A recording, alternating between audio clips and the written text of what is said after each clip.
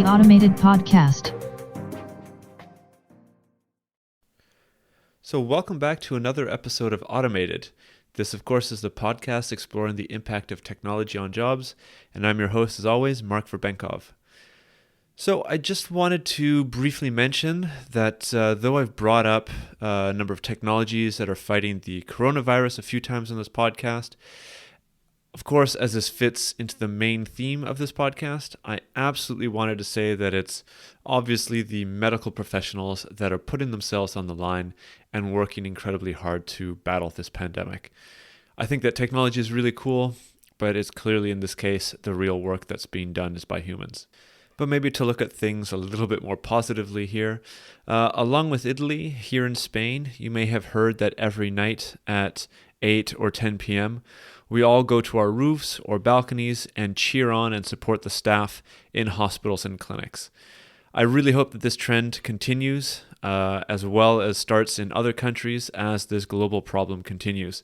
I really think that the acts of solidarity like this, along with seeing innovative community actions like a free fitness class given by a personal trainer on his rooftop to his surrounding neighbors, or a saxophone and guitar jam applauded by surrounding neighbors, has been really great to see shared all over social media.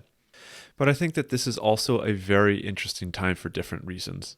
So 2 episodes ago, I started talking of universal basic income, or UBI, as one of the first solutions to a future where automation eliminates a large proportion of jobs. Yet only in this last week did this future solution get thrust into the present, or at least parts of it did.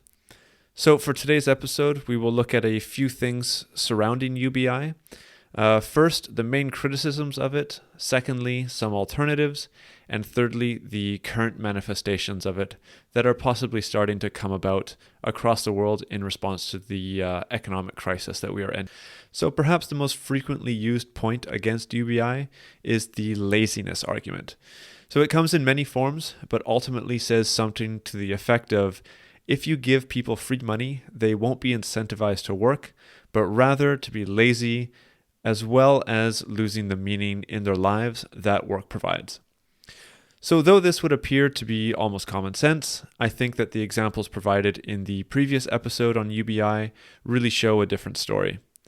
There have also been studies that look at the results of several basic income programs together, and they answered this question specifically. One of these studies in particular found overall, the programs analyzed suggest either no effect on labor market supply or a slight reduction in work and earnings. So the evidence does not suggest an average worker will drop out of the labor force when provided with unconditional cash, even when the transfer is large. So though, of course, all pilot programs that have had some form of UBI have not been permanent and are thus not perfect examples, the findings do tend to lead one to think that the first critique doesn't necessarily hold up. So the second main argument against UBI is usually connected to the price tag of such a policy. For this point, I have to confess that I'm actually on the fence about it. There are really several arguments and reports on both sides that I think I won't be able to make a solid argument for one case or the other in this podcast. I will definitely have to invite people in the future who have more expertise than myself on this subject, but this is also why there is so much debate around this issue and why there are so many alternative programs presented. So as mentioned previously, one of the main proposed alternatives is for a UBI program that replaces all social welfare programs, like food stamps, housing subsidies, etc. The argument typically made for this is that doing otherwise would be too expensive and that a nation couldn't absorb all the extra costs. So the usual price tag is that a universal basic income or guaranteed minimum income would require some $1,000 per month to essentially end poverty. So if we use America as an example, some 210 million people are above the age of 18 and thus eligible for most forms proposed, which would cost the American government $210 billion per month. So this is about $2.5 trillion US a year, which is really no minor sum. So whereas on the other side of the argument, with a UBI in place, many societal expenses would be reduced or even eliminated, like those connected to petty theft, the prison and justice systems, mental as well as physical healthcare costs, as talked about in the previous episode, homelessness, etc. Poverty has also been shown to be one of the most expensive things in our modern society. So there are studies across different Western countries that show that a single homeless person costs the taxpayer an average of some $20,000 to $35,000 per year. It's really no wonder then why those who promote UBI claim that the estimated costs are usually not very accurate. So the $1,000 per month example also happens to be the amount proposed by the recent presidential candidate, Andrew Yang, who I would argue really has been one of the main people pushing UBI into the public awareness, at least in the US. So Andrew Yang's UBI program, better known as the Freedom Dividend, was going to be mainly financed through new taxes on the wealth-generating large corporations like Amazon, Facebook, and Google, as well as a value-added tax and consolidating some welfare programs. And I think that he did a great job pushing the idea that it was financially feasible to implement such a program. But moving on with the other critiques of UBI, one of the more obvious points I think against it is that it is in part wasteful in its approach. So if everyone over the age of 18, for example, is to receive these payments, then this includes people who absolutely do not need it. Think of, for instance, Bill Gates, who has an estimated net worth of some 96 billion US dollars. So an extra $1,000 a month amounts to 0.000001% gain, which is absolutely unnecessary and should be distributed to those who actually need it, or so it is argued, at least by those who propose a UBI. So of course, those who do not need a UBI could refuse it, but in principle, this can be seen as quite a valid argument against such a policy. And finally, one of the main arguments against UBI is the dependency on a government for your survival can really bring along with it many connected problems. So we might not even know the psychological impact of having an entire nation completely dependent on a government. It might create a less innovative or more complacent society, and one as well who would be unwilling or even unable to stand up to corruption for fear of being cut off from their main means of survival. I think that is something that is really worth keeping in mind, especially as conversations about implementing UBI take place over the next couple of years. So as I've already touched on a few alternative solutions to UBI in this episode, Andrew Yang's Freedom Dividend is perhaps the most well-known right now, but it also falls much more into the category of a minimum income, which just covers your costs, but still facilitates the drive to find employment. In the last UBI episode, I mentioned the Alaskan Wealth Fund, which is of course a more reduced form of this, which only gives a few hundred to a few $1,000s every single year. However, there is one alternative that stands apart from the rest, and this is the negative income tax supported by the late, well-known neoliberal economist Milton Friedman. So a negative income tax is, as the name would imply, it's tied to the income tax system of a country, but reversed, so that those earning under a specific threshold would pay no taxes, and those further below that threshold would actually receive income payments instead. While on the other side of the threshold, the proportion of taxes being paid would increase. So two key aspects of this solution stand out from UBI. The first is that most of the welfare and social programs are usually considered to be rolled into the single payment system, saving apparently on the administrative and bureaucratic costs of programs like food stamps, welfare, social security, etc.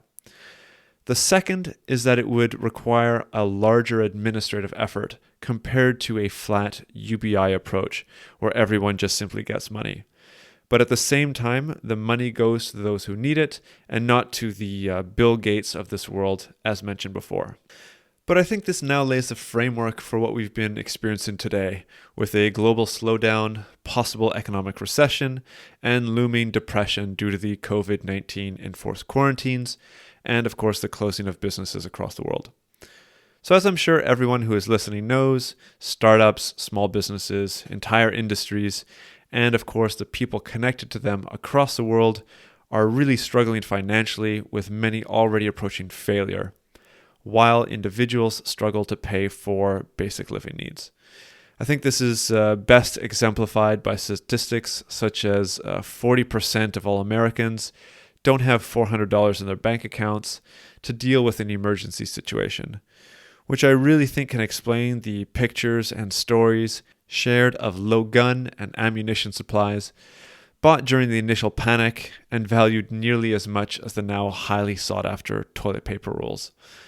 But it would appear that financial relief programs are going into place across the affected countries, which many are touting as a possible prelude to UBI programs. So France's finance minister last Tuesday detailed 45 billion euros in direct tax breaks and direct state payments for the country's economy. So of this 45, 8.5 billion will be used to support workers who have been temporarily laid off by employers due to the crisis. So a little bit closer for me here in Spain, the Prime Minister announced 100 billion euros of loans and guarantees for companies in need of cash, as part of what was described as the biggest mobilization of resources in the country's democratic history. So workers will be able to receive unemployment benefits even if they have not paid enough Social Security contributions. Those who become unemployed or lose their regular income will be able to postpone their monthly mortgage payments as well as their utility bills. But the more relevant part of the Spanish emergency package for this episode is to support the more than 3 million self-employed workers. So the government will allow them to halt their businesses by citing something called force majeure. This would allow them to receive benefits similar to those for the unemployed, which can go up to a maximum of 2,000 euros per month. And then if we move to the UK, with the already announced £33 billion package of government-backed loans, this will help businesses, and is expected that in the next few days, it will be further outlined how that helps workers whose jobs and wages could be hit by the virus. Wage subsidies are also being discussed, and the government is also being urged to pay wages if companies agreed to keep workers on. And then in the United States, perhaps the most striking of all emergency packages is that under discussion right now. So a stimulus package is being outlined that could propose sending payments directly to Americans, totaling some $500 billion. This is broken up into two parts. The first would be about $1,000 per person, and the second is $500 per child. So though, like the other examples mentioned above, this will only occur about one time in order to deal with the immediate need of people, there is, however, a plan to send a second package if the emergency continues. So many other countries are also preparing or already putting out emergency packages that include support to workers, but also to businesses of all sizes. We will have to see if this pandemic subsides in the next few weeks or months, and the support along with it, or if this black swan event leads to a new paradigm where forms of UBI are implemented across the world. So as we've seen here today, there are multiple UBI forms, which each comes with their own benefits and problems.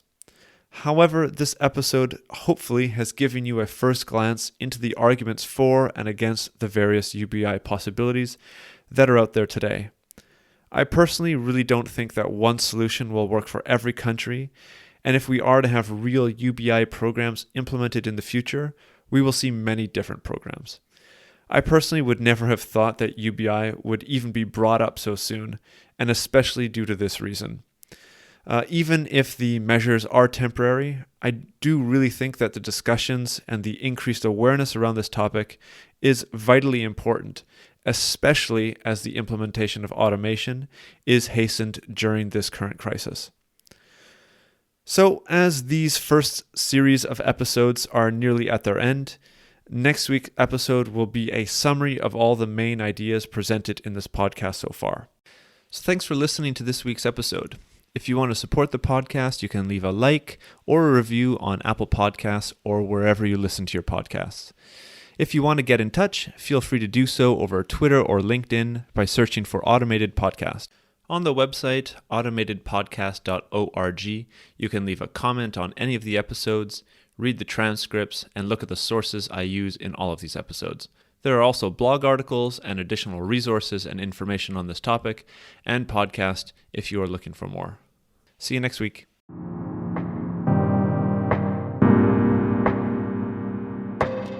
The Automated Podcast.